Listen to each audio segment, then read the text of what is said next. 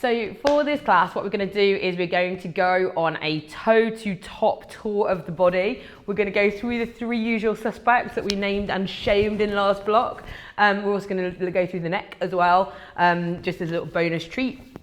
I'm going to take them all through a bit of a side to side and a rotational pattern. So first thing we're going to do is we're going to look at our feet. So looking at my feet from above, and my legs are just dangling, really chill. What I'm going to do now is I'm going to look at what's on the left of me and what's on the right of me. Left wall, right wall, very exciting. But yeah, look at your landmarks.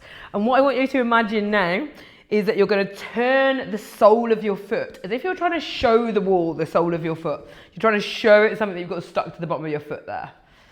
And then you're going to turn to the other side. Try and show that underside of your foot to the other side. As if you're trying to kind of open up the sole. You won't be able to fully do it, but it should feel, you know, sort of like you're making some headway on kind of twisting that foot through. And then we're going to go show the sole of the foot to the other side. Left again. And then we're going to revisit the right.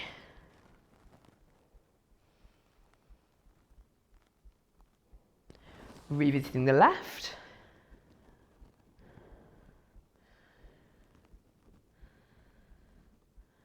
And revisiting the right. So we're really trying to show that sole.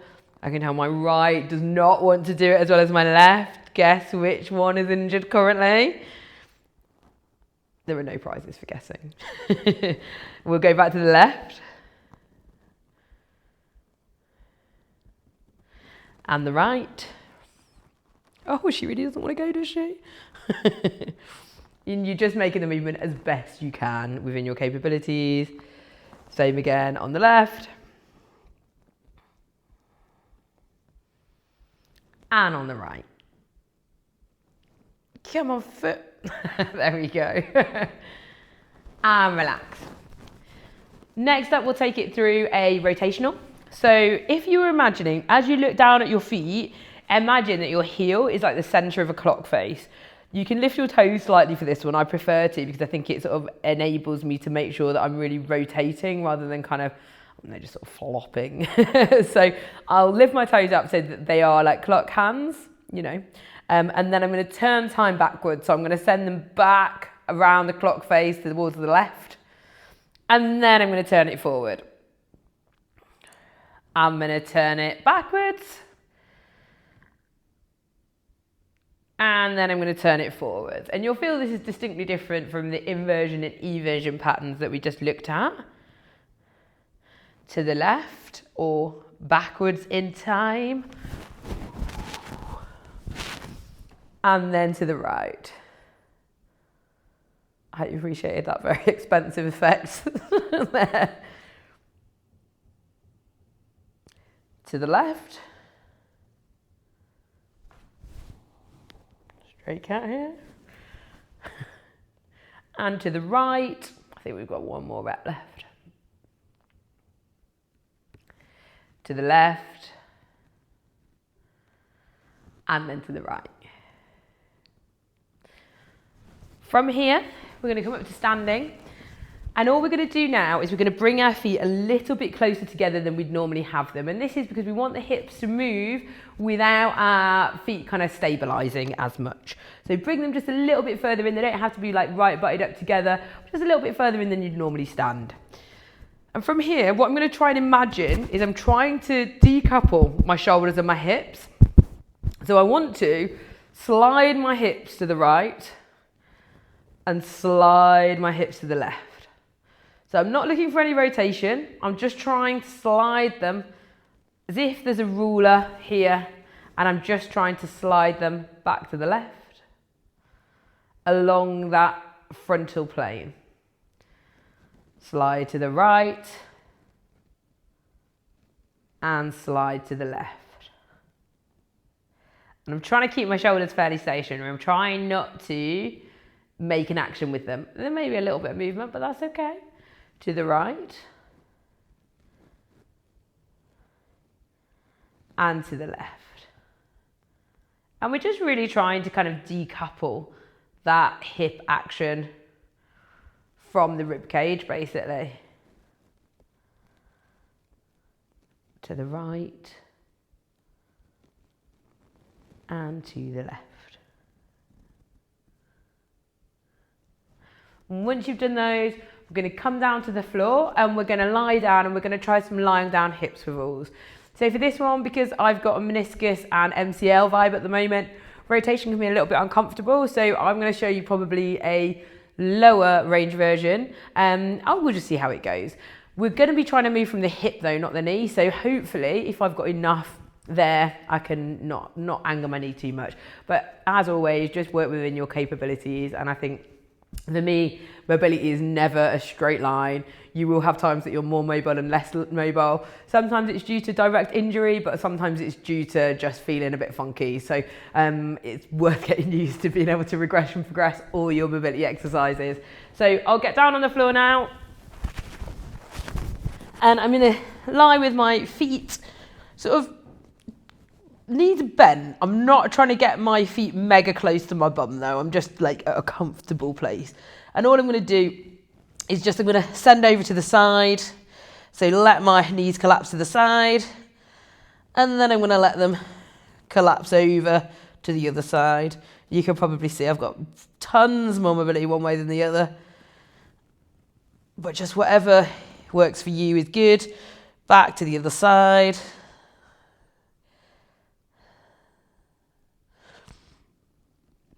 I'm just going to bring that back a little bit just to reduce the pressure on that medial knee. And I'm going to take it over to the other side.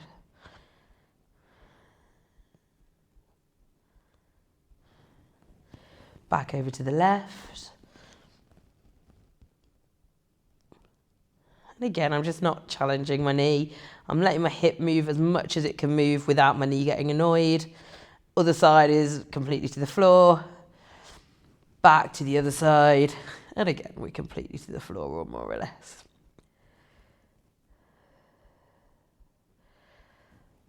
And then we're going to take them over to the left.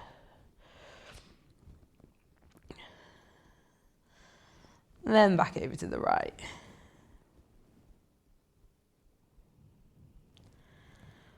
Once more to the left.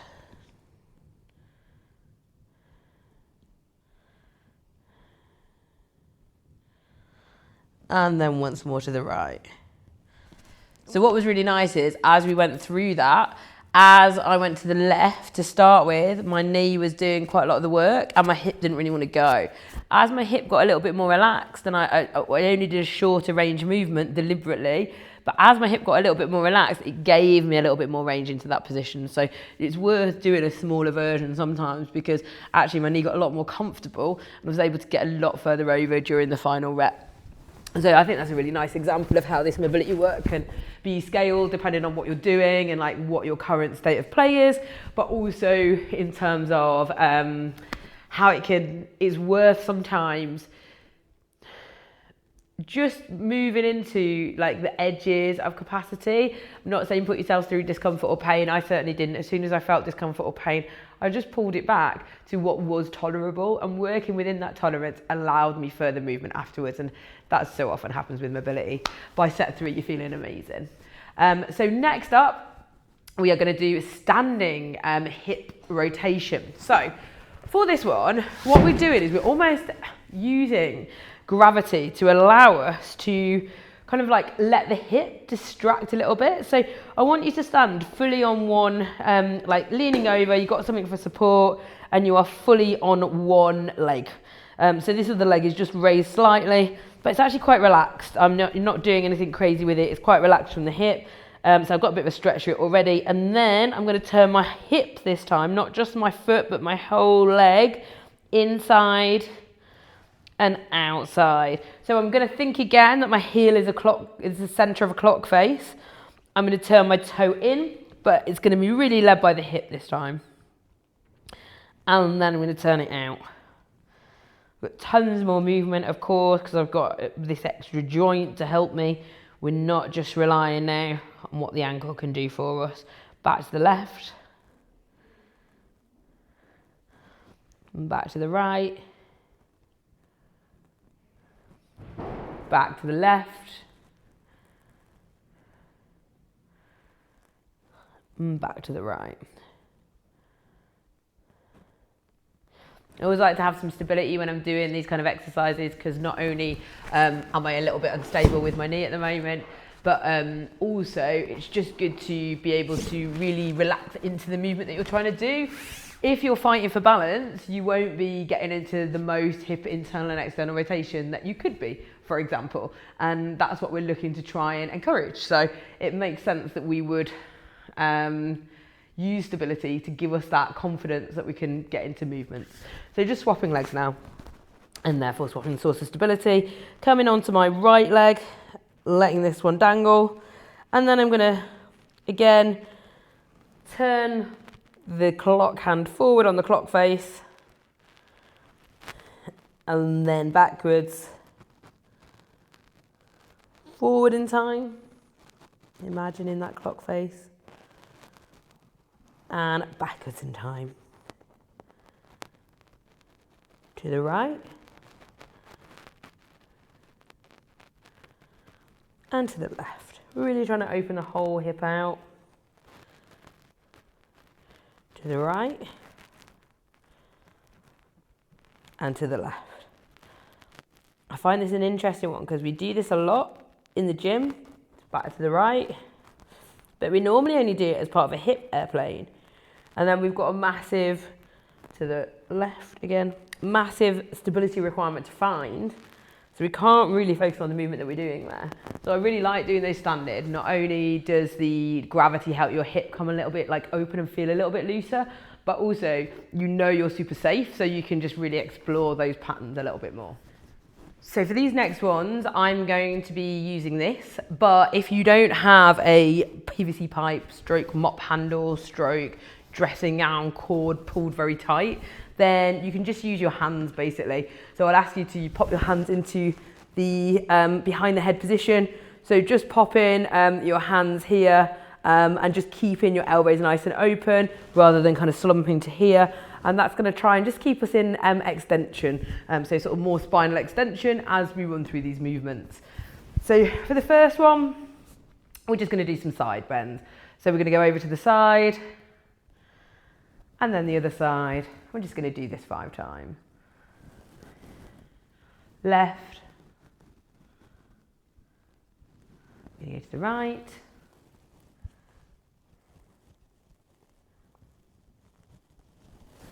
Over to the left. Over to the right. Over to the left. Over to the right. Work out a little bit here. That last rep was a little short on it. Over to the left.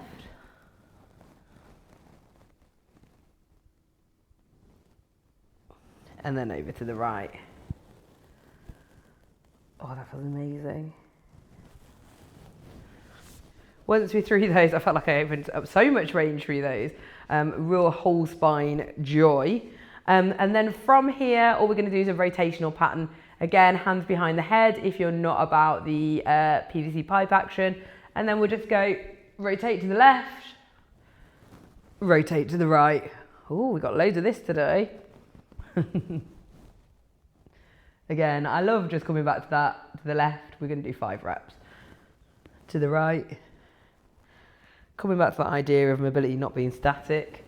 Left. And that's a feature, not a bug. Like, that's just your body doing your body stuff. And right. But it's also why all sorts of people can get stuff out of like just doing these little drills, these little low level bits that are really meaningful and helpful. To the left.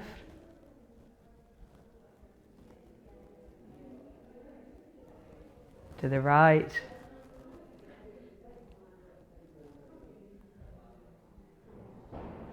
We're going to head back to the left.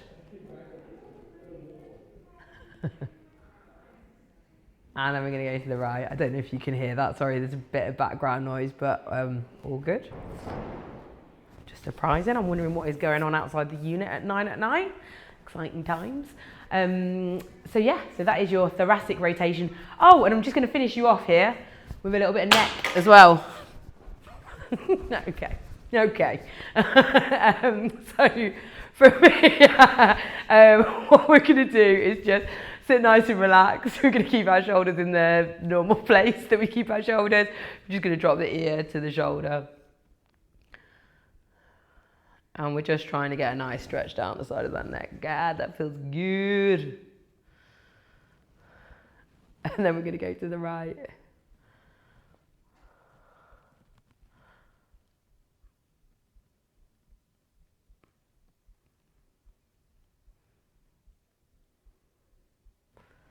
Back to the left.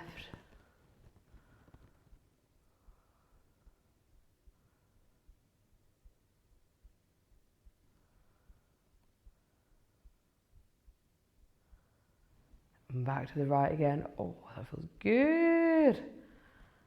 Oh, sorry. Just such a nice feeling.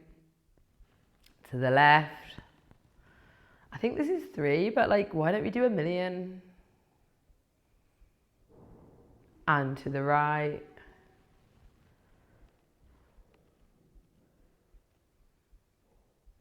To the left.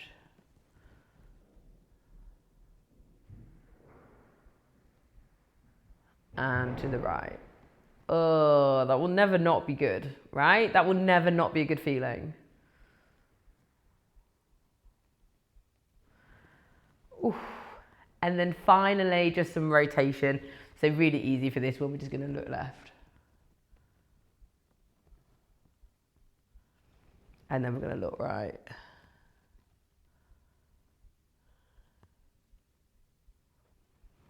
And then we're just going to do that 4 more times to the left.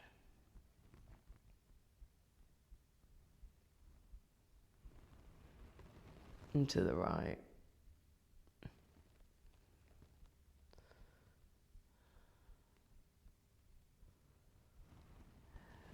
To the left.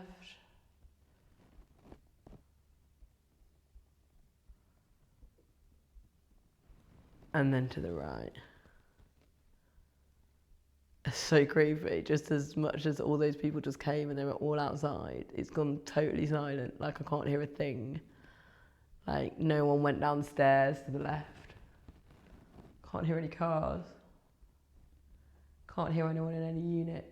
There was literally just like a party outside my room and then nothing.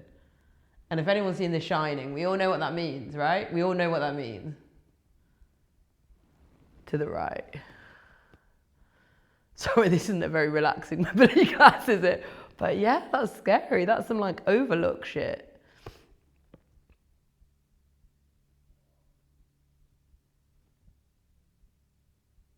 Like nothing, not a sausage, not a whisper. To the left. And it was like it sounded like a lot of people.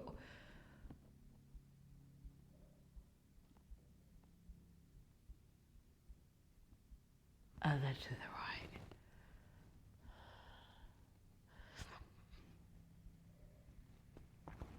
Ooh, and relax. Oh my God, that was so good. If I do say so myself. And hopefully that should just like help you feel a little bit less stiff. It's the kind of stuff you can just do anywhere. Like all of those individual bits, use them as a movement snack at your desk. Like they're the tits. And just like feeling a little bit more like top to toe, like you've done some movements. Like my body just feels like it's got some blood in it. It's yeah, for such gentle movements, I feel like that's quite effective. Enjoy.